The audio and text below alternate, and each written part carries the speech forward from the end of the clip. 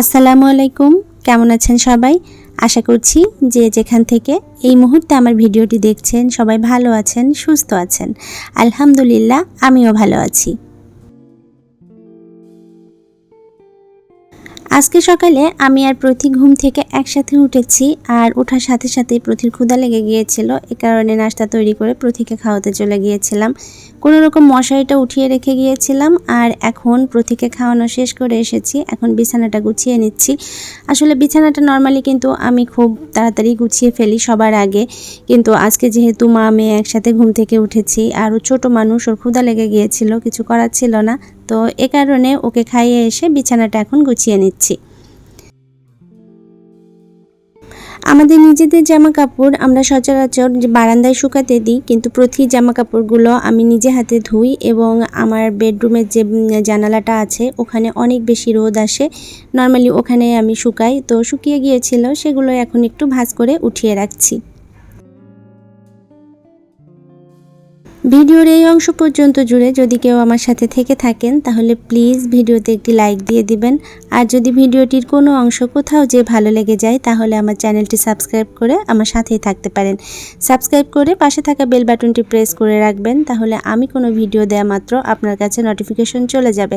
আর আপনার যদি সময় সুযোগ হয়, ভালো লাগে, আপনি সেটা দেখেও নিতে পারবেন। প্রতীকে খাওয়ানোর পরে আজকে আর আমি বসিনি, ঘরের টুকটাক যে কাজকর্ম আছে সব কিছু গুছিয়ে নিচ্ছি। আসলে আমরা যতই বলি না কেন যে এবারে রোজা খুব শান্তিতে করছি, গরম লাগছে কম, ক্ষুধা লাগছে না, তৃষ্ণা লাগছে না, কিন্তু যত যাই বলি না কেন সকালে যে এনার্জিটা থাকে দুপুর বা বিকেলে সেই এনার্জি কিন্তু আর থাকে না। তখন কিন্তু কাজ করতে গেলে অনেকটাই কষ্ট হয়। তো দুপুরের আগেই যদি সকালের এই কাজকর্মগুলো একটু করে নেওয়া যায়, তাহলে কিন্তু দেখা যাচ্ছে যে কষ্টটা কম হয়। আমার যে হেল্পিং হ্যান্ড খালা আছেন, উনি আসার আগেই আমি চেষ্টা করছিলাম ঘরের এই সমস্ত ঝাড়া মোছার কাজগুলো করে নিতে, কারণ উনি এসে যখন ঘরদোর একদম পরিষ্কার করে যাবেন, তখন যদি আবার এই ধুলাবালিগুলো পড়ে, তখন কিন্তু দেখতে আবার খারাপ লাগবে বা আমাকেই আবার ঝাড়ু দিতে হবে। তো এ কারণে উনি আসার আগেই এই সমস্ত ঝাড়া মোছার কাজগুলো আমি কমপ্লিট করে নিচ্ছিলাম।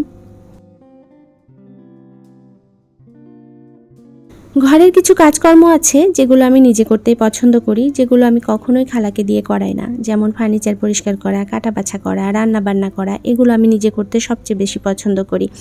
আমি খালাকে দিয়ে সর্বোচ্চ করাই হয়তো মুরগি আনলে মুরগি কাটিয়ে নিই, বা বড় মাছ যদি কখনও আমার না কেটে আনে, তাহলে আমি কাটাই, না হলে তো মাছ কেটেই নিয়ে আসে। আমি কিন্তু ওনাকে পেমেন্টটা সেভাবেই করি, তারপরেও কিন্তু এই কাজগুলো আমি নিজে হাতে করি। প্রতি যখন অনেক ছোট ছিল, তখন প্রয়াসের বাবা বলতো যে খালাকে দিয়ে কিছু কিছু কাজ তুমি করিয়ে নাও, কিন্তু উনি যেভাবে করে দিত আমার পছন্দ হতো না। তো সে কারণেই সেখান থেকেই আমি আর কি ওনাকে বলেছি যে থাক, আপনাকে আর করতে হবে না, এগুলো আমি করব। তো আমার শত কষ্ট হলেও তখন করতাম, আর এখন তো প্রতি একটু বড় হয়ে গিয়েছে, এখন আর সমস্যা হয় না, এখন আমি নিজেই করতে থাকি। আর এই যে সেন্টার টেবিলের উপরে আজকে ভেবেছি যে একটা ফুলদানি রাখবো। আসলে প্রতি এখন দেখি কিছু রাখলে ফেলে না, তো আমি এই কারণে ছোট্ট একটা জিনিস রেখে দেখছি যে ও ফেলে কিনা। যদি না ফেলে, তাহলে পরবর্তীতে এখানে কিছু শোপিস আমি রাখবো, কারণ ও মাঝখানে তো সব কিছু ফেলে দিত বলে সব কিছু উঠিয়ে রেখেছিলাম। তো ছোট্ট একটা এক্সপেরিমেন্ট করার জন্য আজকে একটা ফুলদানি রেখেছি। আর এদিকে আমার টেবিল ক্লথটা ময়লা হয়ে গিয়েছিল, তো ওইটা উঠিয়ে ফেলেছি, আর এটাও একটু চেঞ্জ করে দিচ্ছি আজকে। টেবিলের জন্য যে সব সময় নতুন কিছু নিয়ে আসবো তা কিন্তু না, পুরনো জিনিসগুলোই বেশ কিছুদিন পর পর আমি এদিক ওদিক করে একটু চেঞ্জ করে দিয়ে আসলে লুকটা চেঞ্জ করে দিই, তাহলে দেখতে বেশ ভালো লাগে। কারণ একই লুক দীর্ঘদিন দেখতে দেখতে কিন্তু ভালো লাগে না। তো মাঝে মাঝে এভাবে যদি একটু চেঞ্জ করে দিই, আমার কিন্তু বেশ ভালো লাগে। আর নর্মালি আমি টেবিল ক্লথ বিছানোর পরে মাঝখানে একটা রানার পেতে দিই, তারপরে হয়তো ওয়াটারপ্রুফ কোনো কাগজ দিয়ে দিই। কিন্তু আজকে এটা পাতার পরে আমার মনে হলো যে এর মাঝখানের যে অংশটা, এটা নিজেই একটা রানারের মতো দেখতে, তো এ কারণে আর রানার দেইনি, এভাবে রেখে দিয়েছি। আর এই তো খুব সিম্পলভাবে গুছিয়ে নিলাম। অনেক দিন থেকেই ভাবছিলাম যে একটু দই তৈরি করব, তো আর বিভিন্ন কাজে হয়ে ওঠে না। তো আজকে ভাবলাম যে ঠিক আছে একটু দই বানাই। তো এখানে আমি 1 লিটার পরিমাণ দুধ নিয়ে নিয়েছি, আর এই দুধটা কিন্তু জ্বালিয়ে আমি ফ্রোজেন করেছিলাম ঠান্ডা করে, সেই দুধটাই দিয়েছি। বেশ ঘন একটা দুধ, বেশি জ্বালানো লাগবে না। এখানে যে চিনিটা দিয়েছি, চিনির পানিটা যখন শুকিয়ে যাবে তখনই কিন্তু আমি চুলাটা বন্ধ করে দিব। আর এখানে আমি হাফ কাপ পরিমাণ চিনি নিয়েছি, চিনিটা ক্যারামেল করে নিব। আসলে দইয়ের যে কালারটা সেটা অনেকে ফুড কালার দিয়ে নিয়ে আসে, তো আমি এখানে যখনই বানাই তখন এরকম করে কিছুটা ক্যারামেল তৈরি করে দুধের সাথে মিশিয়ে নিই, তাহলে একদম দইয়ের যে লাল লাল কালারটা সেটা আসে, যেটা দেখতে কিন্তু খুব ভালো লাগে আর খেতেও কেন যেন অনেক বেশি ভালো লাগে। একটু অসাবধানতায় এখনই আমার হাতটা পুড়ে যেত, ক্যারামেলটা দেওয়ার আগে চুলাটা বন্ধ করে নেয়নি। যাই হোক, কি আর করার, হয়ে গেছে একটা অ্যাক্সিডেন্ট। তো এই তো ক্যারামেলটা এখন আমি দুধের সাথে মিশিয়ে নিচ্ছি, আর মিশিয়ে নেওয়ার পরে কিন্তু খুব সুন্দর একটা কালার আসবে। আর আরও বেশ কিছুক্ষণ জ্বালিয়ে নেওয়ার পরে চিনির যে পানিটা আছে ওটা শুকিয়ে গেলে কিন্তু কালারটা আরও বেশি সুন্দর হবে। তো এই যে কালারটা সুন্দর হয়ে এসেছে আর বেশ ঘন হয়ে এসেছে, এখন আমি চুলাটা বন্ধ করে দেব। আজকে ইফতারে আমি ভেবেছি একটু নান রুটি তৈরি করব, যে কারণে এখন আমি একটা মিক্সচার বানিয়ে নিচ্ছি। এখানে আমি বেশ কিছুটা পরিমাণ কুসুম গরম দুধ নিয়ে নিয়েছিলাম, তার সাথে 1 টেবিল চামচ পরিমাণ চিনি দিয়ে দিয়েছি, একটু লবণ দিয়েছি, এখানে 2 টেবিল চামচ পরিমাণ সয়াবিন তেল দিয়ে দিয়েছি, ইস্ট দিয়েছি, আর এখানে দিলাম আমি একটা ডিম। এগুলোকে এখন আমি একটু ভালো মতো গুলিয়ে পাশে সরিয়ে রাখবো। এখানে আমি 2 কাপ পরিমাণ ময়দা নিয়ে নিচ্ছি, কাপটা যেহেতু হাফ কাপের সেহেতু আমি 4 কাপ ময়দা নিয়ে নিয়েছি এখানে। আর এখন যে মিক্সারটা আমি গুলিয়ে রেখেছিলাম সেটা দিয়ে একটা ডো তৈরি করে নিব। আসলে নান রুটি আমি অনেক দিন পর পর বানাই, তো মাঝে মাঝে দেখা যাচ্ছে ভুলে যাই কখন কি দিতে হবে, তো এই কারণে সব কিছু একসাথে দিয়ে আমি গুলিয়ে নিয়েছিলাম যেন কোনো সমস্যা না হয়। যাই হোক, এই তো এখন খুব সুন্দর মতো এটাকে আমি মাখিয়ে নিব। আর সব কাজ কিন্তু চামচ দিয়ে হয় না, এখন আমি পরবর্তীতে হাত দিয়ে চলে এসেছি, আর হাত দিয়ে ডোটাকে খুব সুন্দর মতো মেখে নিব। তো খুব স্টিকি ভাব হয়ে আসছিল, এই কারণে আরও বেশ কিছুটা পরিমাণ তেল দিয়ে আমি ডোটাকে খুব সফট করে মেখে নিয়েছি। আর এখন এটাকে কিন্তু আমি একটা ক্লিং র্যাপ দিয়ে ঢেকে সরিয়ে রাখবো।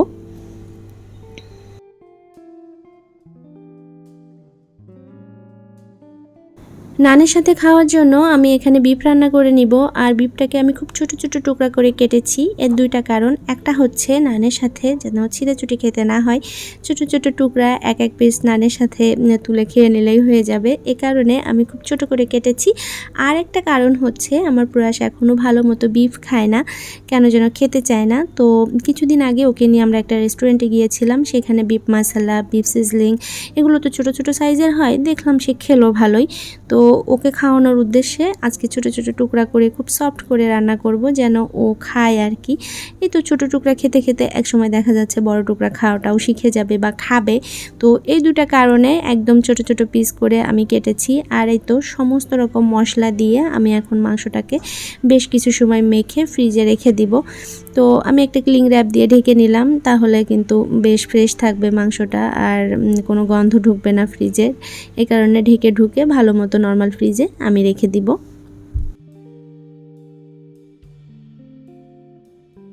এগুলো করতে করতে যে দুধটা আমি জ্বালিয়ে রেখেছিলাম সেটা কিন্তু বেশ ঠান্ডা হয়ে এসেছে, আর দই বানানোর জন্য যতটা ঠান্ডা প্রয়োজন ততটা ঠান্ডাই হয়ে এসেছে। তো এখানে আমি হাফ কাপ পরিমাণ টক দই নিয়ে ভালো মতো একটু ফেটিয়ে নিচ্ছি, তাহলে দুধের সাথে মিশাতে সুবিধা হবে।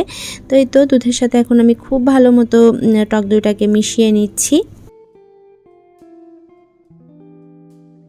এখনও যেহেতু খুব বেশি গরম পড়েনি, আর আমি যেহেতু একজন আনাড়ি রাঁধুনি, তো আমি আর পাতিলে দই বসানোর রিস্কটা নেইনি। আমি এখানে দই মেকার ব্যবহার করেছি, আর দই মেকারে দই কিন্তু অনেক বেশি ভালো হয়। টেস্ট তো আমাদের নিজেদের হাতেই, কিন্তু যে কনসিস্টেন্সিটা সেটা কিন্তু খুব ভালো আসে এই দই মেকারে।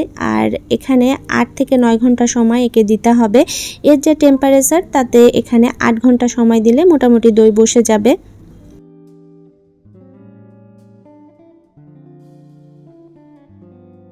প্রথিকে খাইয়ে ঘুম পাড়িয়ে দিয়েছি, নিজে গোসল নামাজ পড়ে একটু রেস্ট নিয়েছি। তারপরে এসেছি রান্না বান্না করতে। বিফ হতে তো মোটামুটি একটা সময় লাগে, যতই ছোট করে কাটি না কেন একটা নির্দিষ্ট সময় কিন্তু তার লাগেই। তো এই কারণে আমি 3:30টার দিকে রান্নাটা বসিয়ে দিচ্ছি। ধীরে সুস্থে হোক, আমার আসলে ইফতারের আগে তাড়াহুড়া করতে একটু ভালো লাগে না, যে কারণে আমি এখনই রান্নাটা বসিয়ে দিচ্ছি যেন ধীরে ধীরে হয়ে যায় মাংসটা। যেহেতু সমস্ত রকম মশলা দিয়ে আমি মাংসটা মেখে রেখেছিলাম, সে কারণে এখানে আর কোনো মশলা দেওয়ার ব্যাপার নেই। আমি তেলে পেঁয়াজটা সামান্য একটু ভেজে তারপরে মাংসটা দিয়ে দিয়েছি, আর খুব হাই হিটে এটাকে আমি এখন নাড়াচাড়া করছি। একটু ভাজা ভাজা করে নিয়ে তারপরে মাংসটা ঢাকা দিয়ে দিব।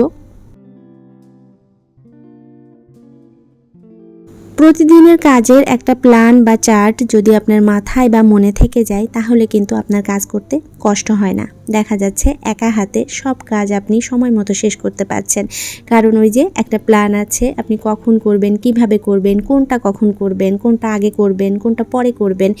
এই প্ল্যানটা যদি আপনার মাথায় থাকে, তাহলে কিন্তু আপনার আর কাজ করতে কষ্ট হবে না।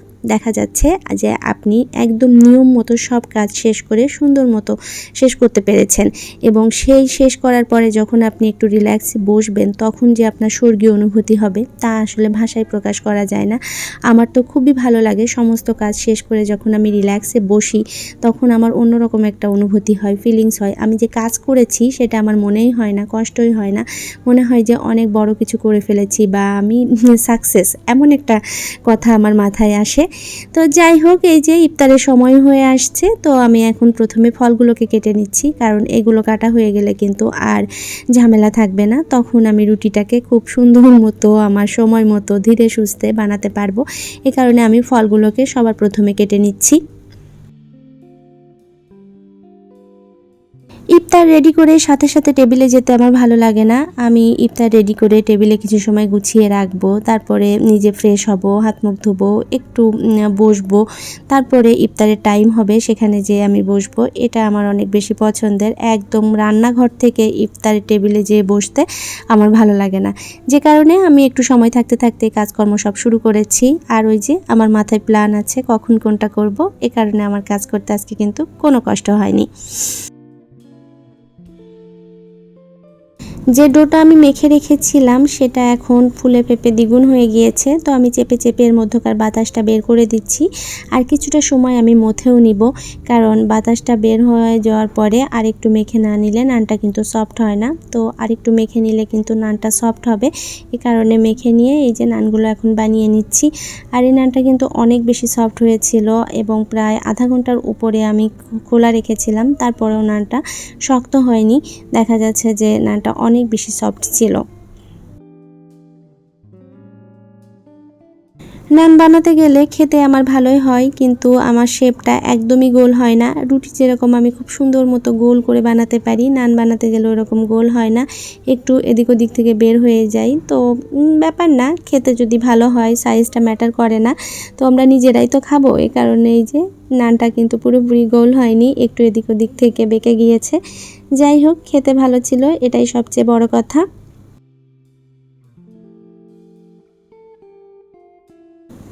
এখানে একটু বাটার প্রেস করে দিতে পারলে সবচেয়ে ভালো হতো, কিন্তু আজকে দুর্ভাগ্যজনকভাবে আমার বাসায় বাটার নেই, যে কারণে আমি এভাবেই রেখে দিলাম আর কি।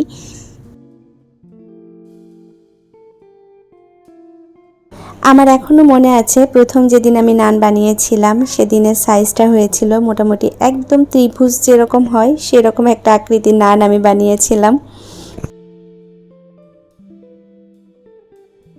ইফতারের সময় হয়ে এসেছে, আমরা সবাই টেবিলে চলে এসেছি। আর আমাদের সবার মধ্যমণি এখন প্রথি, সে এমনভাবে চেয়ার দখল করে বসে, মনে হয় যে সে বড় রোজাদার, সে রোজা ছিল সারাদিন, ইফতার করবে, সব কিছু টেনে টেনে সামনে নিয়ে বসা চাই তার, আর এভাবে সে বসে। যাই হোক, ওটা কিন্তু আমাদের খুব বেশি ভালো লাগে। প্রায় সে বাবা আমাকে জিজ্ঞেস করেছিল নানের সাথে হালিম খাবে কি না। নান দিয়ে হালিম আমাদের সবারই অনেক বেশি পছন্দের, যে কারণে সে হালিমটা নিয়ে এসেছে। আলহামদুলিল্লাহ, এই ছিল আজকে আমাদের ইফতার আয়োজন। ইফতারের পরে আমি ডাইরেক্ট কখনোই যে শুয়ে বসে পড়তে পারি না, কেন যেন আমার ভালো লাগে না। এই যে যে থালা বাসনগুলো হয় ওইগুলো ধোয়া, টেবিলটা ক্লিন করা, খাবার দাবার একটু নিচে পড়ে, ফ্লোরটা ঝাড়ু দেয়া, রান্নাঘরটা ক্লিন করা বা আরও যেসব টুকিটাকি আনুষঙ্গিক কাজ থাকে এগুলো একদম সেরে ফ্রেশ হয়ে তারপরে আমি যে বসতে পারি সেটাই আমার ভালো লাগে। কেন যেন কাজ ফেলে রেখে যে রেস্ট নিলাম পরবর্তীতে উঠে করব, দেখা যাচ্ছে অলসতায় ধরে, তখন কিন্তু আর এই কাজগুলোই করতে ইচ্ছা করে না, দেখা যাচ্ছে পড়ে থাকে এই কাজগুলো। যে কারণে আমি কাজগুলোকে আগে একদম কমপ্লিট করে নিয়েছি। আর আজকে যেহেতু ভারী ইফতার হয়েছে সে কারণে কিন্তু রাতে আর কেউ ভাত খাবে না, আমি শুধু প্রথির জন্য একটু ভাত বসিয়ে দিচ্ছি, তাহলে কিন্তু এই রান্নার টেনশনটাও আমার চলে গেল। আর ভারী কিছু না খেলেও সবাই কিন্তু এক গ্লাস দুধ খাবে, তো দুধটাও জালে বসিয়ে দিলাম।